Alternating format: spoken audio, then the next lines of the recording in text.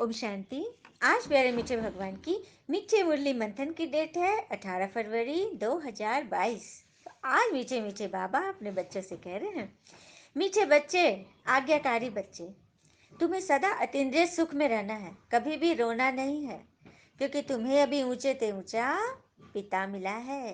भगवान कह रहे कि मेरे मीठे बच्चे, सुखदाता भगवान के बच्चे क्या दुख लेने वाले होंगे?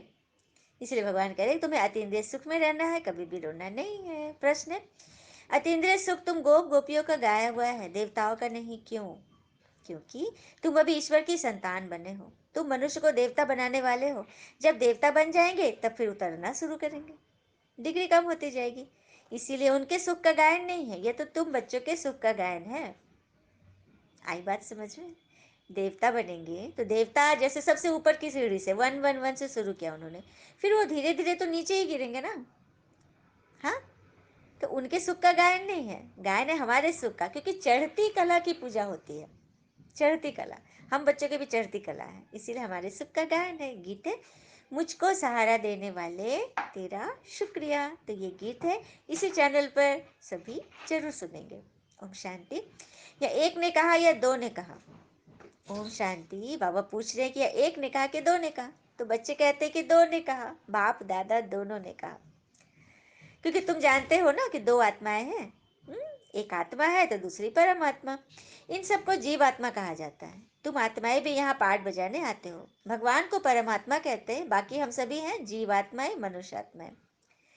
तुम आत्माएं भी यहाँ पाठ बजाने आए हो, दूसरे धर्म की बात ही नहीं है।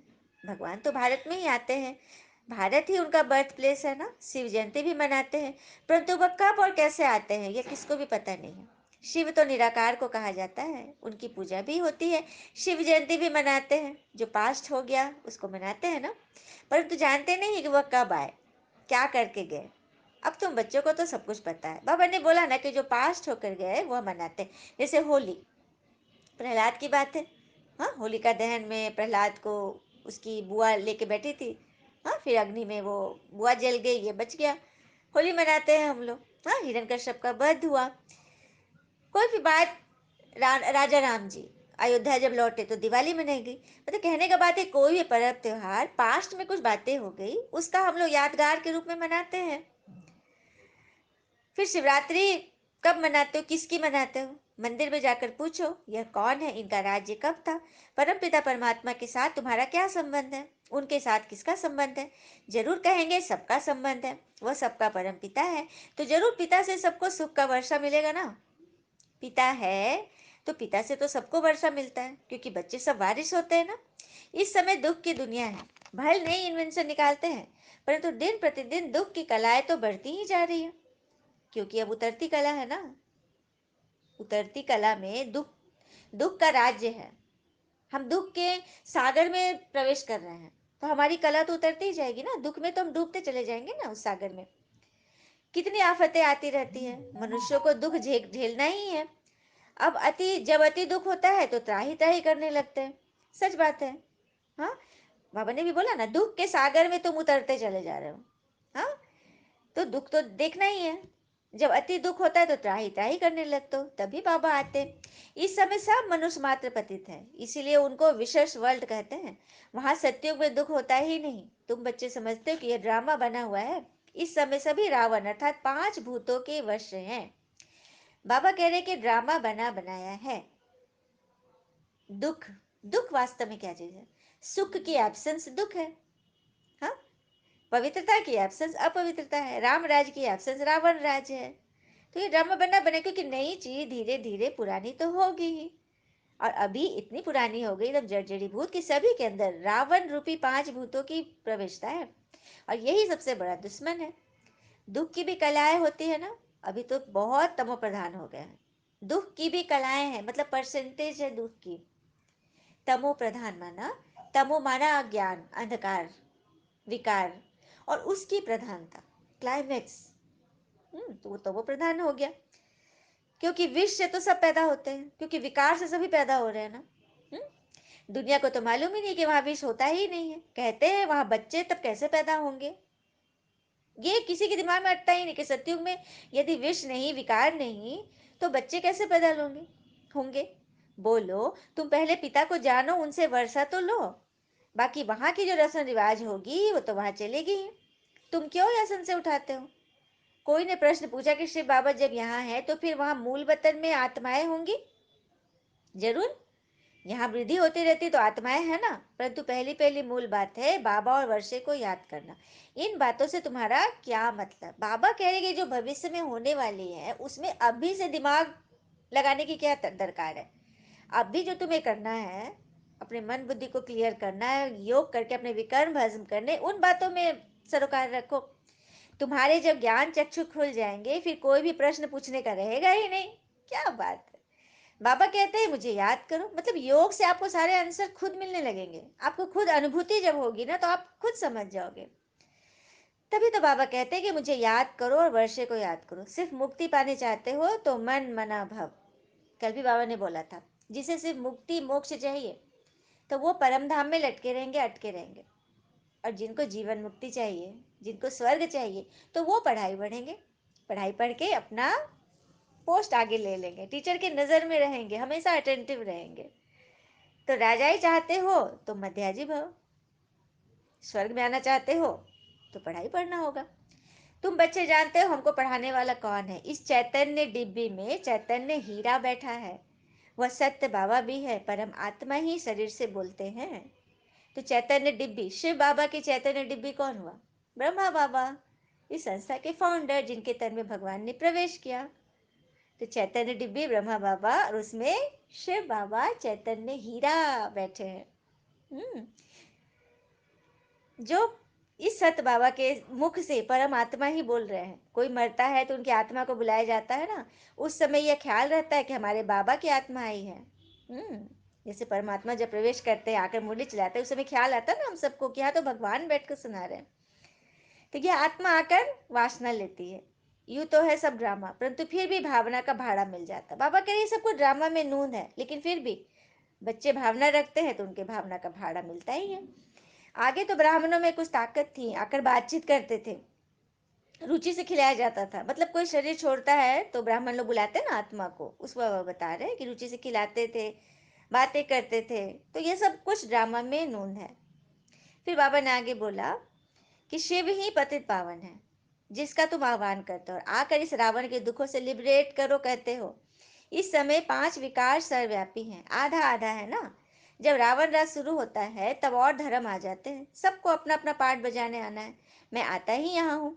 अब तुम बच्चे जानते हो इस चैतन्य डिब्बी में कौड़ी से हीरा बनाने वाला बाबा बैठा हुआ है। वही सत्यचित आनंद स्वरूप है, ज्ञान का सागर है। तुम अभी जानते हो बाबा याद दिलाते हैं तो याद करते हैं, फिर भूल जाते हैं।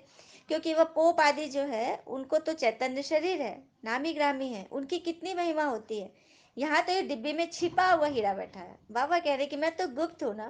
बाकी जो पोप है, क्राइस्ट है, धर्म गुरु है, धर्म स्थापक लोग हैं, उन लोगों को तो सबने देखा, उनकी फोटो भी देखी है। हम्म सबकी दृष्टि में है ना। लेकिन यहाँ भगवान तो छिपा हुआ बैठा है, कोई जानते ही नहीं कि वह एक ही बार आते हैं। बच्चे तो जानते हैं कि बाबा इनमें बैठा है। यह हमारा सत्य बाबा सत्य टीचर भी है। यह पाठशाला है ना। तुम्हारे में भी कोई भूल जाते हैं, चलन से सब कुछ पता पड़ जाता है। कोई बच्चे तो थोड़ी परीक्षा लेने से फां हो जाते हैं। नहीं तो बच्चों का कहना है तो खिलाओ, चाहे मारो चाहे प्यार करो। बाबा कह रहे हैं कि कई बच्चे छोटी सी परीक्षा में भी अपने मन विचारों से फां हो जाते हैं, फंस जाते हैं। हाँ, सपूत बच्चे जो आज्ञाकारी होते हैं, बाबा कहते बच्चे कभी भी रोना नहीं है। तुम्हारा इतना बड़ा बाबा है, उनके बनकर फिर तुम रोते हो? राजा का बच्चा कहीं रोएगा क्या? मैं तुम्हारा बड़ा बाप बैठा हूँ। माया नाक से पकड़ती है तो तुम रोते हो। गायन भी अतिदेशु गोप गोपियों से पूछो, पर तुम माया भुला देती है। बाबा पर कुर्बान जाए, बलिहार जाए, वह अंदर याद रहे तो खुशी हो। सच बात है, छोटी सी बात, बिना बात के भी बस फां हो जाना, उसमें अपने समय को, चक्र को नष्ट करना, किस तरह से माया नाक से पकड़ती है। कई आत्मा कहते हैं हम रोते नहीं हैं, लेकिन मन से रो देते। मन में क्वेश्चन कर लिया, दर्द आ गया, मेरे साथ ऐसा क्यों, तो ये भी तो रोना है ना। हुँ? तो बाबा हर रोने से छुड़ा रहे हैं। तुम बच्चे भी जानते हो बाबा सच्चा सच्चा इंद्र है। वो पानी की वर्षा कराने वाला इंद्र नहीं, यह ज्ञान इंद्र है, ज्ञान की बरसात कराते हैं। क्या बात है यार, बाबा ने अपना नाम रखा है ज्ञान इंद्र हो। इंद्र धनुष निकलता है, उसमें रंग तो बहुत होते हैं परंतु मुख्य तीन होते हैं। बाबा तुमको इस समय त्रिकालदर्शी बनाते हैं। त्रिकालदर्शी अर्थात आदि मध्य अंत को जानने वाला। हम्म तीनों कालों को जानने वाला। यह बातें तुम अपने से ही मिलाएंगे। तुम बच्चे जानते हो यह इंद्र सभा है, इसलिए बाबा लिखते रहते, कोई भी विकारी मूत पलिति मेरी सभा में नहीं आए। तुम भी ज्ञान डांस करने वाली परियां हो। ज्ञान इंद्र का परियों को फरमान है। मतलब भगवान करे बाबा से, ऐसे तो मधुबन घूमने सब जा सकते हैं, लेकिन भगवान से मिलन मनाने पवित्र आत्माएं ही आएंगी, नहीं तो लाने वाले पर भी हिसाब चढ़ता है। कायदे बहुत है ना। ईमानदार सपूत अच्छा बच्चा है तो लव, उस पे लव आता है, प्यार आता है। जैसे गांधी के लिए सबको प्यार है, काम तो अच्छा किया ना, अंग्रेजों के चंगुल से छुड़ाया ना, पूरे भारत को मुक्त किया। तो इस बने बनाए ड्रामा को भी समझना है, यह हूबहू बहु रिपीट हो रहा है, जिसमें कोई का दोष नहीं है। रावण को तो सभी को भ्रष्टाचारी बनाना ही है। इन सब बातों को तुम जान, बच्चे ही जानते हो और क्या जाने। पतित पावन कहते हैं, कुछ भी समझते नहीं। तुम तो वही हो जिन्होंने कल पहले भी बाबा को मदद की थी। सतयुग में यह थोड़े ही मालूम रहेगा कि हमने यह राज्य कैसे लिया। अब तुम जानते हो ये बेहद का बाबा कितनी बड़ी आसामी है। बाबा ही भारत को कौड़ी से हीरे जैसा बनाते हैं। स्वर्ग में एक ही आदि सनातन देवी देवता धर्म था, अब फिर से वही स्थापना हो रही है। सारी दुनिया में शांति स्थापन करना यह तो परमपिता परमात्मा की रिस्पॉन्सिबिलिटी है। वही आकर के सबको धन का बनाते हैं। धन का बना, धनवान गुणवान चरित्रवान। समझाते हैं कि तुम सब निधन के बन गए थे, बगैर धन के थे, कोई धन ही नहीं था, कोई गुण धन ज्ञान धन चरित्र धन जन धन कुछ था ही नहीं। रावण राज कब से शुरू हुआ तुम जानते नहीं थे। रावण का बुत बनाकर भल चलाते हो, लेकिन पता कुछ भी नहीं। राम राज्य तो सतयुग को कहा जाता है। तुम इस समय हो ईश्वरीय औलाद, क्योंकि कला कम होती जाती है। इस समय तुम्हारे में बड़ी रॉयल्टी चाहिए। तुम हो मनुष्य को देवता बनाने वाले। अतीन्द्रिय सुख भी गोप गोपियों का ही गाया हुआ है। ऐसे कभी नहीं कहा कि अतीन्द्रिय सुख लक्ष्मी नारायण से पूछो। सच बात है, शास्त्रों में की बात है ना। अतीन्द्रिय सुख पूछना है तो गोप गोपियों से पूछो। क्यों गोप गोपियों से पूछने बोल रहे बाबा? क्योंकि गोप गोपियां ही तो मुरली सुनती थी ना। कृष्ण जी की जब मुरली बजती थी तो किनका गायन है? गोप गोपियों का। तो वो अतीन्द्रिय सुख में आती थी, कितने सुख में रहते थे। अतीन्द्रिय सुख उसे मिल सकता है जो कि किसी चीज के लोभ लालच मान शान इच्छा से परे। चलिए एक कथा सुनते। एक बार की बात है, एक सेठ था, बहुत बड़ा सेठ था। वो अपनी फैक्ट्री से आ रहा था, तो उसने देखा कि उसके घर के कुछ ही दूरी पर एक मोची ने अपना डेरा बनाया हुआ था। वहां पे वो जूते सीता था। गरीब था, मोची था और भजन भी गाया करता था। लेकिन सेठ ध्यान नहीं था, कोई गाड़ी बंद गाड़ी में आता था, शीशा चढ़ा हुआ, अपने घर घुस चला जाता था। एक बार सेठ ना बहुत ज्यादा बीमार हो गया, बहुत बीमार हो गया। विदेश विदेश से दवा इलाज करके, लेकिन उसकी बीमारी ठीक ही नहीं हो रही थी। तो एक दिन वो खिड़की के पास ऐसे लेटा हुआ था, तो उसके कानों में ना उस मोची के भजन की आवाज आई। जबकि वो भजन हमेशा गाते रहता था, लेकिन सेठ जी को कभी फर्क नहीं पड़ता था, कभी नहीं ध्यान दिया। लेकिन उस दिन बीमार था, बेड पे पड़ा हुआ था, घर में बंद था, तो उस भजन को सुना, उसको अच्छा लगा। एक दिन सुना तो दूसरे दिन इंतजार करने लगा कि मोची आएगा भजन सुनाएगा। ऐसे करते करते ना वो जब उसमें उसका मन रमने लग गया ना, अच्छा लगने लगा, कुछ पल के लिए वो अपनी बीमारी से, अपने चिंता से, अपने धन के व्यापार से, धंधा दौरी से, सबसे उसका बुद्धि हट गया, उस भजन में केंद्रित हो गया ना, तो उसको अच्छा लगने लगा। और धीरे धीरे ना उसकी बीमारी भी ठीक होने लगी, वो ठीक होने लगा। डॉक्टर आके देखा तो बोले अरे आपका टेस्ट रिपोर्ट सब सही हो रहा है, क्या हो रहा है, चमत्कार हो रहा है। तो वो तो समझ गया सेठ जी की क्या बात है। तो जब एकदम ठीक हो गया तो उस मोची के पास वो खुद चल के गया, पैदल चल के गया, और जाके उसको बहुत सारा पैसा दे दिया, एक पूरा गड्डी निकाल के दिया, और बोला कि सो तुम्हारे भजन ने तो चमत्कार कर दिया, मैंने कभी ध्यान नहीं दिया, लेकिन मैं जब इधर सुना तो मेरी सारी बीमारी ठीक हो गई, सो मैं तुम्हें इनाम देना चाहता हूँ, ये लो। पूरा नोटों से बड़ा बंडल उसको दे दिया। से तो चले गए। अब देखिए इधर मोची को वो बंडल मिल गया, घर गया वो। अब वो सोचने लगा कि मेरी तो टूटी फूटी झोपड़ी है जिसमें ठीक से ताला भी मेरे पास नहीं है। हाँ, ये नोट बंडल में कहाँ छुपाऊं, क्या करूं, इसी चिंता में वो रह गया।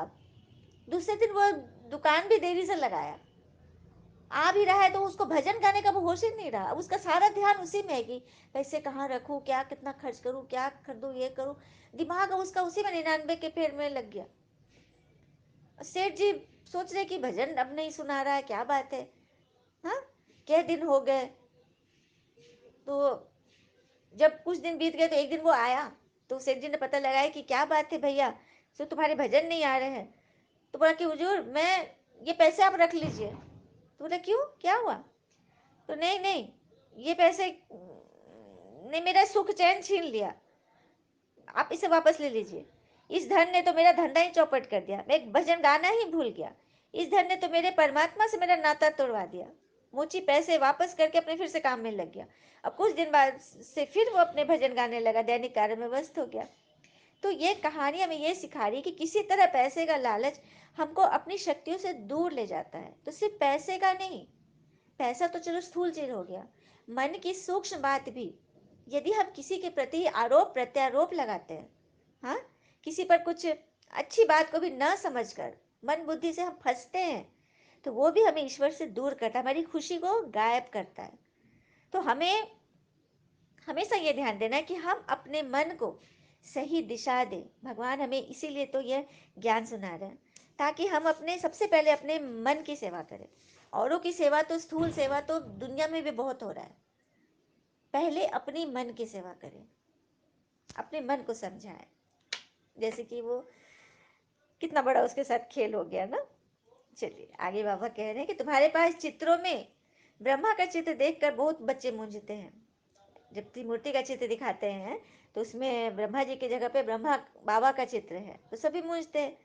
तो कहने की बात है कि यही दादा ही तो फिर ब्रह्मा बनते हैं ना, क्योंकि ब्रह्मा द्वारा सृष्टि की स्थापना होती है। तो तुम बच्चों को यह रहस्य सबको बताना है। हाँ, ऊपर में त्रिमूर्ति शिव का चित्र है, शिव ने इनको निमित्त किया। हुँ? तो इस तरह से बाबा कितना अच्छी रीति समझाते हैं। हर एक की अवस्था को बाबा जानते हैं। हाँ, बाबा से आकर पूछो, कोई किस चीज का भूखा है, कोई फैशन का भूखा।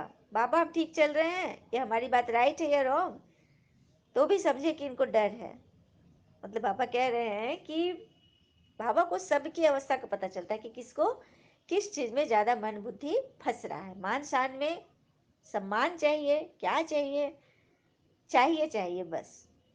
शिव बाबा तो देते हैं, 21 जन्मों का हमें वर्षा दे रहे हैं, इतना कुछ मिल रहा है, फिर भी छोटी सी बात में बस मूंझ जाना। सन्यासी आदि घर छोड़कर चले जाते हैं, हाँ? फिर आकर धन इकट्ठा करते हैं, कितने पैसे कितने फ्लैट्स बना लेते हैं। तो ये सब आखिर क्यों गए घर छोड़ के, ज्ञान के लिए ना, सदगति के लिए ना, लेकिन मिला तो कुछ भी नहीं। बाबा डायरेक्शन देते रहते हैं ना, तो बच्चों को उसे अमल में लाना है। अच्छा, बाबा को नमस्ते। ध्यान के लिए मुख्य सार, पहले पॉइंट, कदम कदम पिता की राय पर चलना है, पूरा पूरा बलिहार जाना है, जहाँ बिठाए जो खिलाए ऐसे आज्ञाकारी होकर रहना है। दूसरी पॉइंट, अपनी चलन बहुत रॉयल ऊंची रखनी है, हम ईश्वरीय औलाद है इसलिए बड़ी रॉयल्टी से चलना है, कभी भी रोना नहीं है। एक होता है कि मुख से रो रहे हैं आंसू गिरा कर, एक है मन से रो रहे हैं। मन में किसी के प्रति क्वेश्चन कर देना, दर्द में जाना भी बहुत बड़ा रोना है कि सामने वाले ने मेरी बात को वैल्यू नहीं दिया। अरे सामने वाला कैसा है ये तो समझो। अपने मनन चिंतन करके अपने अंदर से उस कांटे को निकालो, ये बाबा बोले, तो नहीं तो रोना ही पड़ेगा। वरदान है, साधारण जीवन में भावना के आधार पर श्रेष्ठ भाग्य बनाने वाले पद्मा पदम भाग्यवान भव। साधारण जीवन में भावना के आधार पर श्रेष्ठ भाग्य बनाने वाले पद्मा पदम भाग्यवान बनो। तो बाप दादा को साधारण आत्माएं ही पसंद है। बाबा स्वयं भी साधारण तन में आते हैं। आज का करोड़पति भी साधारण है। साधारण बच्चों में भावना होती है और बाबा को भावना वाले बच्चे चाहिए, देह भान वाले। ये देह भान है, किसी बात का लग जाना, गिर जाना, बहुत बड़ा देह भान है, सूक्ष्म है। स्थूल रूप से तो सभी से छुटकारा पा लिया, लेकिन सूक्ष्म में यदि कोई कांटा है तो उसको खुद निकालो। नहीं तो कांटा कब घाव कब नासूर बनेगा पता नहीं चलेगा। ड्रामानुसार संगम युग पर साधारण बनना भी भाग्य की निशानी है। साधारण बच्चे ही भाग्य विधाता बाबा को अपना बना लेते हैं, इसीलिए अनुभव करते हैं भाग्य पर मेरा अधिकार है। ऐसे अधिकारी ही पद्मा पदम भाग्यवान बन जाते हैं। स्लोगन, सेवाओं में दिल बड़ी हो तो असंभव कार्य भी संभव हो जाता है। सेवाओं में जब दिल बड़ी तब होगी जब मन बड़ा होगा। मन से जब हम हर एक बात को स्वीकार कर लेंगे, अच्छी रीति, हाँ, किसी बात में नहीं फंसेंगे, उसी को कहते हैं मन बुद्धि से अपने को क्लियर कर देना। क्योंकि कहते हैं ना, इस जीवन का पैसा अगले जन्म में काम नहीं आना, मगर इस जीवन का पुण्य जन्मों जन्म काम में आता है। अच्छा, ओम शांति। शुक्र मीठे बाबा, ओ बाबा के प्यारे प्यारे बच्चे। थैंक यू बाबा। All is well always. ओम शांति।